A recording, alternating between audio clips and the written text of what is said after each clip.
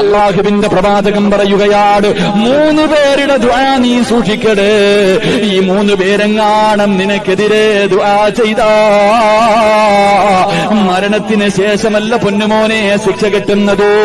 ഈ 3 പേര് ആർക്കെങ്കിലും എതിരായി ദുആ ചെയ്താ ഈ ദുനിയാവിൽ കിടന്ന് നരകിച്ചിട്ട് നീ മരിക്കൂ എന്ന് നബി മുഹമ്മദ് മുസ്തഫ. ഒന്നാമത്തെ വ്യക്തിയാരെന്നറിയുവോ? അത് നമ്മുടെ പ്രിയപ്പെട്ട ഉമ്മയാ. ഉമ്മ നമുക്കെതിരെ ദുആ ചെയ്താൽ എത്ര വലിയ കൊലകൊമ്പനാണെങ്കിലും അനുഭവിക്കാതെ പോകില്ല ചെറുപ്പക്കാരാ. രണ്ടാമത്തെ ദുആ ആരുടെ ദുആ എന്നറിയുവോ? ഉസ്താദന്മാരുടെ ദുആ സൂക്ഷിക്കടേ. ഗുരുനാഥന്മാരുടെ ശാപം വാങ്ങിവെക്കല്ലേ, നിനക്കൊരു നല്ല യാത്ര കിട്ടില്ലെന്ന് നബി മുഹമ്മദ് മുസ്തഫ.